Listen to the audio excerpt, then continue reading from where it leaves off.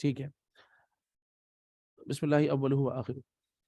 تو اسی لیے جو ہے نا وہ آپ کے مطلب ذہن میں جو سوالات آئے ہیں، تو ایسا نہیں ہے خدا نخواستہ کسی کا کوئی لیکچر اگر مس ہو گیا ہے خدا نخواستہ، اول تو یہ کہ ہم کوشش کریں گے کہ اس کی ہم ریکارڈنگ بھی ٹھیک ہے انشاءاللہ بھیج دیں. لیکن کوشش یہ کریے گا کہ ایک تو اپنی آپ کی پریزنس ہو، آپ ضرور آئیں یہاں پہ، آپ موجود رہیں، تو اس کی برکت الگ ہوتی ہے. بہرحال کیوں آپ وقت نکالیں گے اللہ کے لیے، اور وہ وقت خاص ہوگا، آپ دنیا سے کٹیں گے، ہے نا. تو دنیا سے کٹ کر اس کے بعد جب آپ بیٹھیں گے، آپ اللہ کے لیے وقت نکال کے آئیں گے، یہ قربانی ہے. اس کا ایک ایک لمحہ مطلب سمجھے ابھی اس وقت ہم سب اللہ کی راہ میں، ہم اس وقت سب اللہ کی راہ میں. آپ سوچئے کہ اتنے بزی زمانے میں، اور بلکہ آج تو خاص طور پہ مجھے بتایا بھی ہے کہ وہ شاید ورلڈ کپ وغیرہ کا فائنل ہے، تو اس میں بہت سارے لوگ ظاہری بات ہے وہ کہیں گے بھائی ہم ورلڈ کپ فائنل ہے تو ہم نے ظاہری باتیں وہاں پہ بزی ہوں گے، ہم نے میچ ویچ دیکھنا ہوگا. آپ اندازہ کریں اس بات کا، ہم اس کو بھی پڑھیں گے انشاءاللہ سورہ کہف میں، کہ اللہ تعالیٰ جو وقت ہم اللہ کے لیے دیے ہیں تو اس کو فائنل کریں کہ یار میرا یہ وقت ہے، جیسے کہ ہر اتوار کو عشاء کی نماز کے بعد مجھے اللہ کے لیے یہ وقت نکالنا ہے. میں کوئی اور کمٹمنٹ نہ کروں، کہیں مجھے شادی میں جانا ہے، کہیں کسی ولیمے میں جانا ہے نا، تب بھی میں کیا کروں کہ میں یہاں پہ آ جاؤں، تیار ہو کے آ جاؤں، یہ سیشن اٹینڈ کروں آدھا پونا گھنٹہ. میرا آنا، میرا اللہ کے لیے وقت نکالنا، یہ اتنا میٹر کرتا ہے. آپ یقین کریں اللہ تعالیٰ اس سے اتنی برکتوں سے نوازیں گے آپ کو اس کی برکتیں انشاءاللہ اپنی زندگی میں نظر آئیں گی. اور جو آپ کے ساتھی ہیں ان کو بھی دیکھیں، صرف ترغیب دیجیے گا، کیونکہ ہم کسی کو لے کے نہیں آ سکتے، ٹھیک ہے نا. ہم کسی ایسے کتنے سارے لوگ تھے کہ جن کو رسول اللہ صلی اللہ علیہ وسلم چاہتے تھے کہ آ جائیں. آپ صلی اللہ علیہ وسلم سے بڑھ کے کسی کی چاہت ہو سکتی ہے؟ نہیں ہو سکتی نا. لیکن وہ لے کے نہیں آ پائے، کیونکہ اصل میں یہ لے کے آنے والی ذات ہی اللہ کی. ہم نے اپنا بہت اچھا اخلاق پیش کرنا ہے، لوگوں کو بولنا ہے، بتانا ہے ان کو کہ ہاں دیکھیں انشاءاللہ بڑا فائدہ ہوگا، آئیے، ٹھیک ہے. کچھ نہ کچھ سیکھنے کو ضرور مل جائے گا. بہرحال بہت ہو سکتا ہے کہ بہت ساری باتیں آپ کی سنی ہوئی ہوں، بلکہ آپ زیادہ جانتے ہو، لیکن صرف یہ سوچ کر آئیں کہ یہ شاید یہاں پر سب اللہ تعالیٰ کے کلام کو سننے بیٹھیں، تو کم سے کم اس وقت کے اندر یہ ایک محفل ہوگی انشاءاللہ اللہ کے لیے، تو اس کی برکات مجھے نصیب ہوں گی میری زندگی میں. مجھے اس ٹائم کا اللہ تعالیٰ بہت زیادہ بڑھا چڑھا کے اجر دیں گے اور ریوارڈ دیں گے انشاءاللہ، ٹھیک ہے نا. تو یہ ذہن میں رکھیے گا، اور جہاں تک آپ یہ دعوت پہنچا سکیں پہنچائیے گا. جو لوگ آ سکیں فزیکلی، جیسے آپ لوگ ماشاءاللہ آئے ہوئے، اور جو لوگ آن لائن بھی آ سکیں، اور جو لوگ یہاں پہ موجود ہیں ہمارے ساتھ آن لائن، تو ان سے بھی یہی گزارش ہے کہ آپ لوگ بتائیے گا کہ جو بھی اس سیشن کو جوائن کر سکے. بہرحال تو دیکھیں ایک بات ذہن میں رکھیں، ہم انہی سلسلہ وار دروس کا جو کہ ہم نے خاص طور پہ یوتھ کے لیے ڈیزائن کیا، اس میں سب سے پہلا یہ ہے، سمجھ لیں آپ، ہماری سیریز وہ ہے سورہ کہف کی. انشاءاللہ ہم پہلے سورہ کہف کریں گے، اور سورہ کہف کو کرنے کے بعد پھر ہم سورہ یوسف کریں گے، ٹھیک ہے نا. سب سے پہلے ہم سورہ کہف کر رہے ہیں. سورہ کہف اصل میں مسئلہ یہ ہے کہ اٹ از ہیپننگ، سورہ کہف از ہیپننگ، ٹھیک ہے. اور ائمہ محدثین ان سب کو آپ پڑھیں. آپ لوگوں نے بہت ساری حدیثیں سنی ہوں گی، سب نے سنی ہوئی ہوں گی، ٹھیک ہے نا. بہت سارے لوگوں کے بچپن سے عادت ہوگی پڑھنے کی، ماں باپ نے ایک عادت ڈال دی، ہے نا. اب آپ اندازہ کریں کہ ہمارے والدین کی یہ مطلب ایسا نہیں ہے خدا نہ خواستہ کہ والدین بالکل برکتوں سے خالی ہیں، تو بس استغفر اللہ سے ہرگز نہیں ہے. کسی چیز کی نفی نہیں ہونی چاہیے. آپ کے والدین نے آپ کو کسی غلط کام پہ تھوڑی لگایا ہے. اگر ہم کہیں اور والدین پہ ساری ذمہ داری ڈالتے ہیں، ہر والدین اپنے بچوں کے لیے جتنا بیچارے وہ کر سکتے ہیں کرتے ہیں. بعض اوقات بیچارے وہ بھی مس گائیڈ ہو جاتے ہیں. اب کسی ماں باپ کا، کسی پیرنٹ کا مس گائیڈ ہونے کا مطلب یہ تھوڑی ہوتا ہے بیچارے کہ وہ غلط ہے. اگر انہوں نے آپ کو کسی غیر اللہ کا حکم دیا ہوا ہے تو معاملہ الگ ہے. آپ یقین کریں ماں باپ کے حوالے سے اتنی سنگینی ہے. بہت سارے لوگ ایک ذہن میں آئے گا نا کہ یار بتاؤ ذرا یہ ساری باتیں ہمارے اما ابا نے تو ہمیں بتائی نہیں. تو دیکھیں ساری ذمہ داری ماں باپ کی تھوڑی ہوتی. ماں باپ نے آپ کو کیا کہتے ہیں پرورش کی، آپ کی بہترین، آپ کے لیے جو ہے نا تکلیفیں اٹھا کر اتنا بڑا کیا.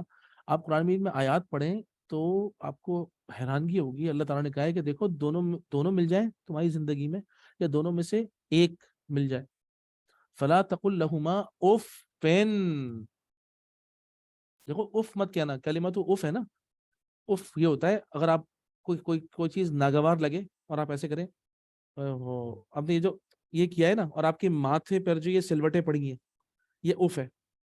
یعنی کہ آپ نے ابھی جواب تو دیا ہی نہیں ہے، صرف آپ کو برا لگا ہے، اور آپ نے اوہو کیا کہا ہے انہوں نے، اس طرح کا جو آپ نے کہا ہے نا یہ، اور آپ کی ماتھے پہ جو سلوٹیں ہیں اسے اف کہتے ہیں.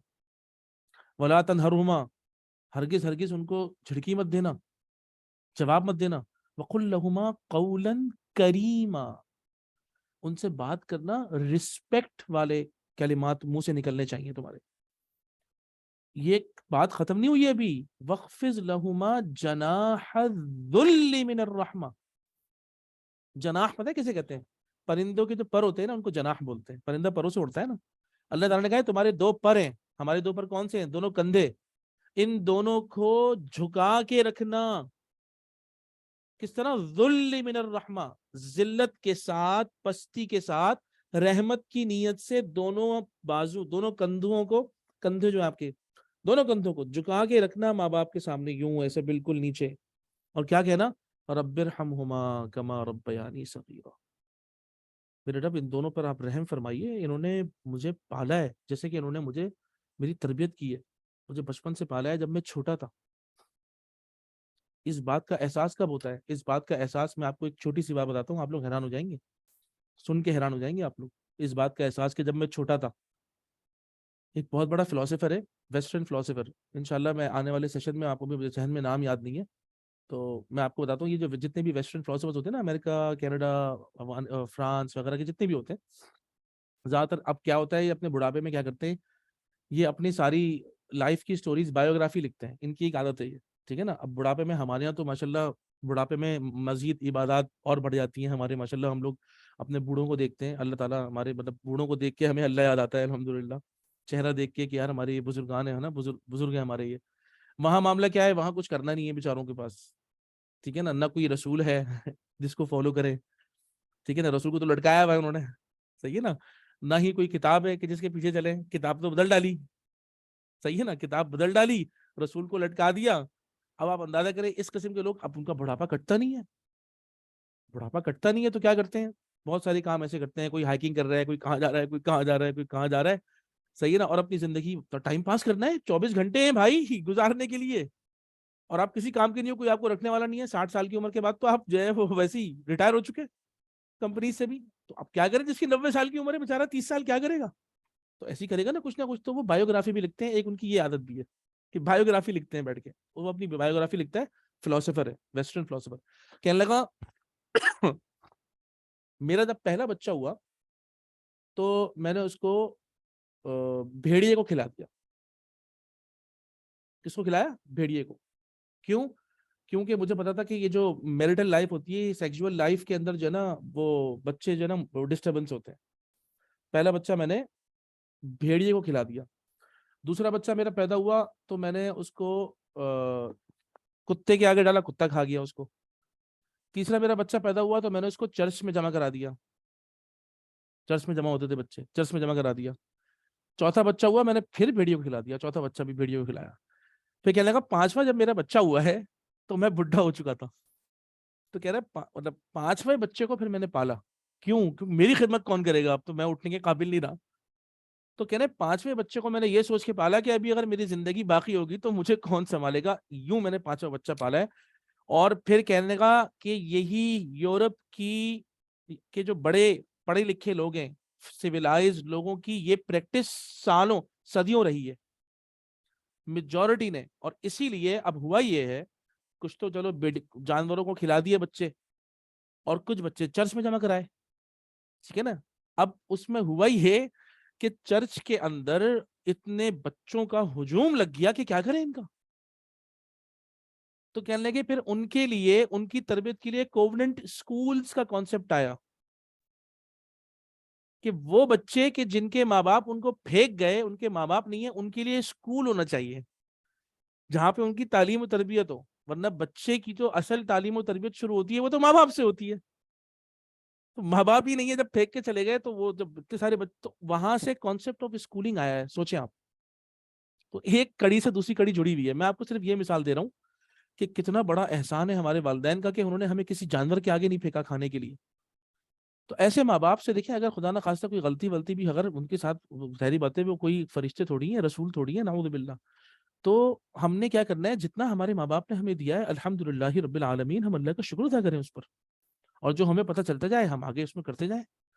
اور ہم اپنے والدین کی قدر کریں، صرف قدر کریں. والدین صرف قدر کرنے کے لیے یاد رکھیے، آپ بھی یاد کریں کہ کیا آپ کے والدین نے کبھی آپ کو نہیں انل منکر کا بولا؟ مطلب کوئی معذرت، آپ کے والدین نے کبھی آپ کو کسی برائی کا حکم دیا؟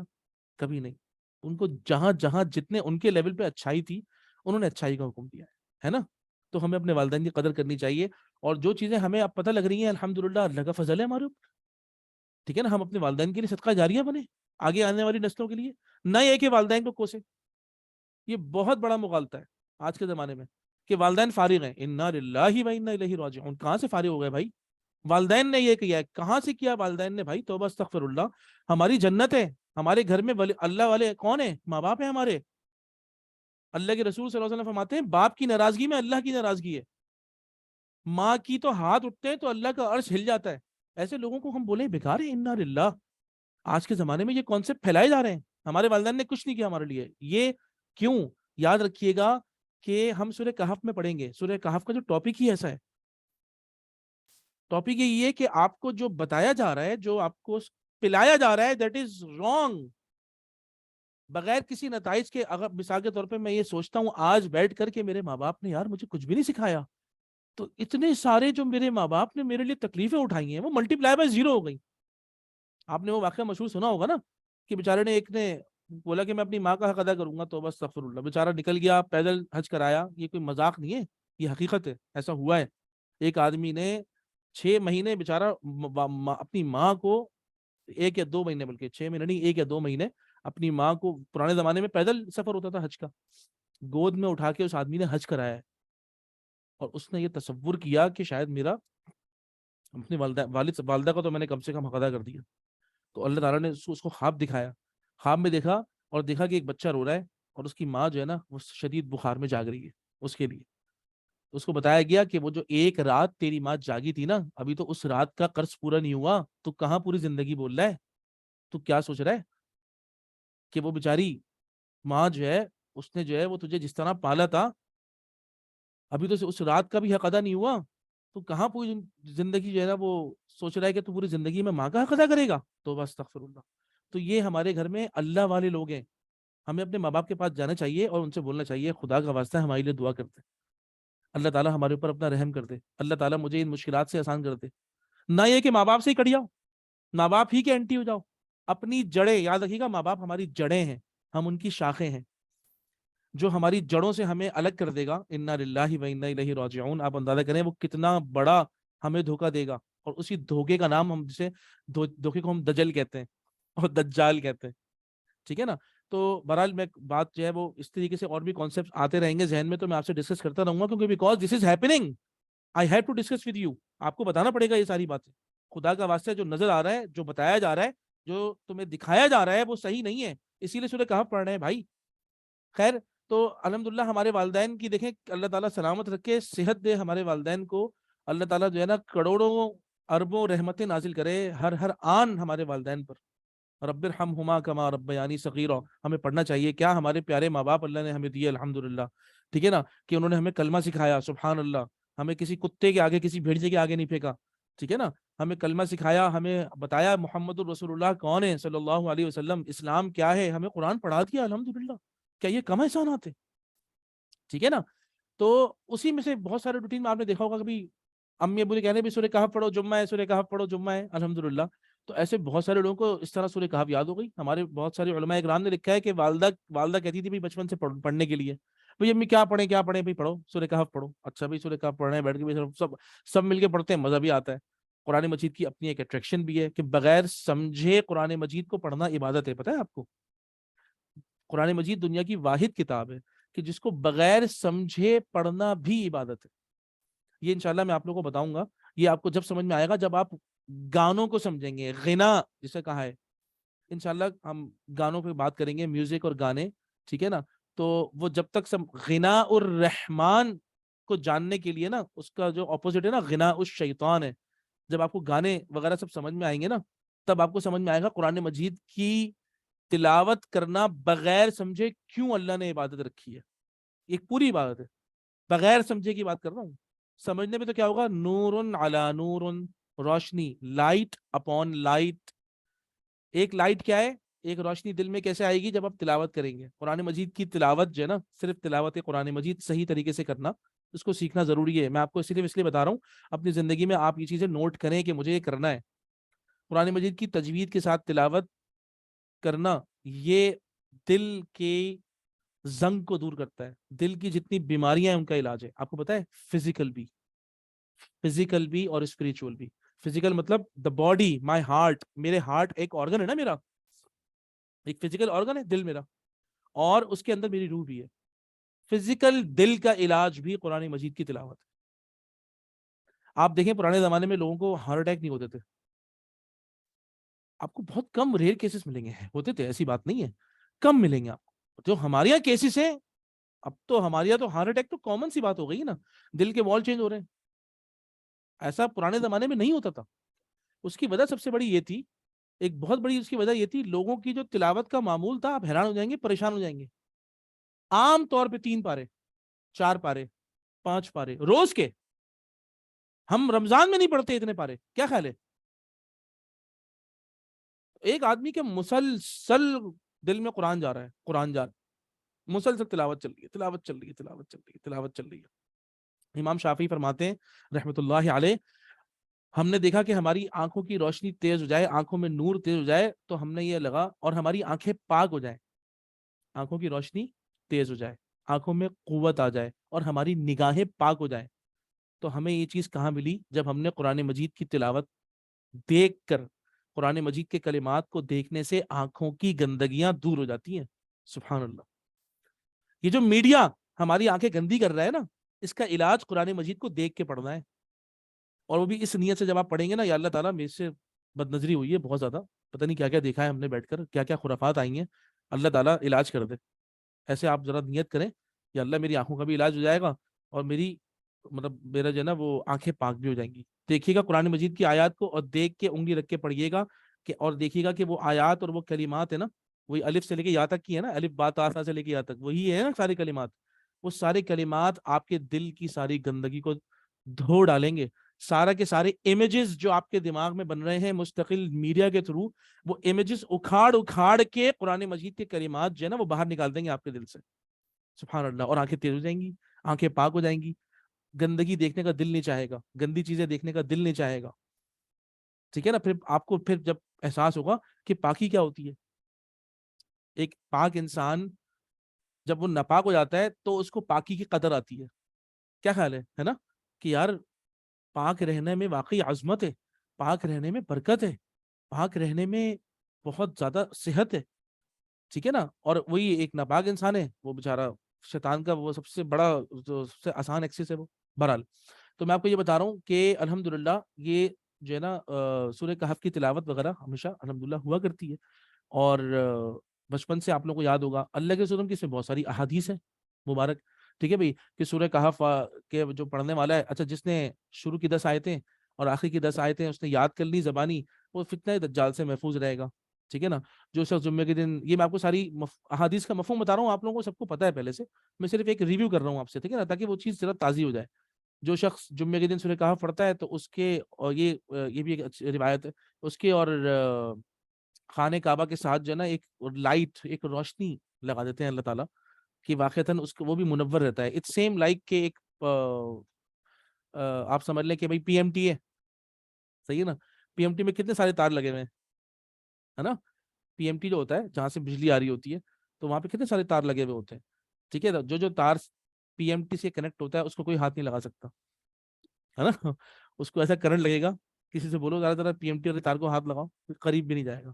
یہی معاملہ ہوتا ہے ایک سورہ کہف پڑھنے والے کا، کہ ناؤ وہ اللہ تعالیٰ سے ایسا کنیکٹ ہو جاتا ہے کہ اس کے اوپر دجال کے اٹیکس کچھ اثر نہیں کر پاتے، سو کوئی ٹینشن نہیں ہوتی. دجال آ کے بار بار حملہ کرتا ہے تو دجال کو خود کرنٹ لگتا ہے. تو یہ کوئی مذاق چیزیں نہیں ہیں، یہ بڑی زبردست ہیں. اسی طریقے سے پھر جس شخص نے سورہ کہف پڑھی تو وہ دجال کے فتنے سے محفوظ رہے گا. اس میں پوری سورت بھی ہے، اس میں آخر کی شروع کی 10 آیتیں بھی ہیں، آخر کی 10 آیتیں بھی ہیں، اور بعض احادیث میں آخری کی 10 آیتیں بھی ہیں صرف، کہ یعنی کہ کوئی شخص محروم نہ رہے. میں کہتا ہوں اللہ تعالیٰ نے یہ سارے پیکیجز کس لیے رکھے ہیں؟ تاکہ کوئی محروم نہ رہے. اور ان پیکیجز کو ہر انسان کو اپنے لیول پہ جاننا چاہیے. یار میں حافظ قرآن ہوں، مجھے تو پڑھنی چاہیے پوری، کیا خیال ہے؟ یہ چلو کم سے کم ایسا کر لوں بھائی کہ آپ اپنی یہ نا روٹین یہ بنائیے کہ ہم جمعے کی نماز پڑھتے ہیں نا، جمعے کی نماز کے بعد جو 2 سنتیں یا 4 سنتیں آپ پڑھتے ہیں، آپ اس کے اندر ایک رکعت میں ایک رکوع پڑھ لیں، دوسری رکعت میں دوسرا رکوع پڑھ لیں. یعنی کہ پہلا رکوع پہلی رکعت میں پڑھ لیا آپ نے، اور دوسرا رکوع جو آخری رکوع ہے وہ دوسری رکعت میں پڑھ لیا. تو کم سے کم آپ اس حدیث کی روشنی میں آپ اس حدیث کے مصداق بن گئے کہ کم سے کم میں فتنہ دجال اگر ظاہر ہو گیا تو مجھے اللہ تعالیٰ بچا لیں گے اس کے فتنوں سے. مطلب دجال ایز اے پرسن آئے گا, ٹھیک ہے نا. اچھا اب کیا ہے, ایک تو یہ کہ قرآن مجید کے بالکل مڈل میں آئی ہے یہ صورت, ٹھیک ہے. اچھا قرآن مجید کی اکثر صورتیں نا جوڑوں میں, تو اس سے جو پچھلی والی صورت ہے سورہ بنی اسرائیل, یہ اس سورہ بنی اسرائیل اور سورہ کہف یہ جوڑا ہے. جوڑا آپ کو پتا ہونا چاہیے کہ ہم جوڑا کیسے کہتے ہیں. جوڑا کہتے ہیں, یو شوڈ نو کہ ہم اف آئی آسک یو کہ ڈیفائن پیئر, جوڑے کو ڈیفائن کریں آپ, ٹھیک ہے نا. اللہ تعالیٰ نے ہر جگہ جوڑا جوڑا بنایا ہے, تو جوڑا ہم اگر ڈیفائن کریں تو کیا ہے, وہ دو جس میں 90% سملیرٹیز ہوں, ٹھیک ہے. آسان بتا رہا ہوں آپ کو, جوڑا کیسے کہیں گے, وہ دو کہ جن کے اندر 90% سملیرٹیز ہوں, 10% ایبسولوٹ ڈفرینسز ہوں, ٹھیک ہے. 10% ایبسولوٹ ڈفرینسز ہوں, اور دونوں کے ملنے سے کوئی نیا مقصد حاصل ہوتا ہو. دس از واٹ وی ڈیفائن جوڑا, ٹھیک ہے نا. تو یہ ہوتی ہے جوڑے کی نسبت. اچھا ایک کام کریں, میں آپ سب سے گزارش کرتا ہوں کہ جو لوگ ہمارے ساتھ یہاں پہ انٹرنیٹ پہ موجود ہیں, یہ میرے خیال میں میٹنگ شاید ختم ہو رہی ہے, تو آپ لوگ پلیز دوبارہ جوائن کر لیں, ٹھیک ہے.